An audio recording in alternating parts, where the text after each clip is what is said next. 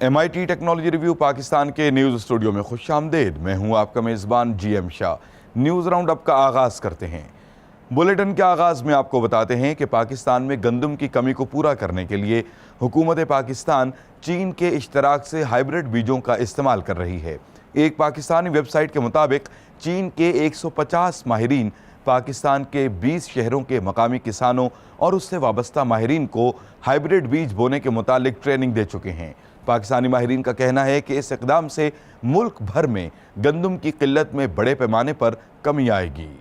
और अब आपको बताते हैं कि माहिरीन ने ऑगमेंटेड रियलिटी पर मबनी एक ऐसा जदीद निज़ाम तैयार किया है जो बिलियर्ड्स खेलने वालों को गेंद पॉकेट में दुरुस्तगी से डालने में मदद देता है। ये निज़ाम एक कैमरा और प्रोजेक्टर से लैस है जो पूल टेबल के हुदूद और इस पर मौजूद गेंदों के मकाम का तज्जिया करता है और ऐसी लाइन्स बनाता है जिनकी मदद से खेलने वाला बॉल्स को पॉकेट में दुरुस्तगी से डालने में कामयाब हो जाता है। इसको पूल लाइव एड के नाम से मंसूब किया गया है।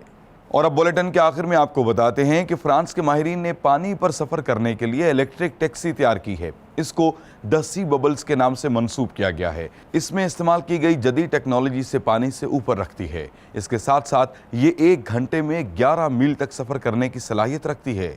इसके साथ ही MIT टेक्नोलॉजी रिव्यू पाकिस्तान के न्यूज़ स्टूडियो से अपने मेज़बान GM शाह को इजाज़त दीजिए। अल्लाह निगहबान।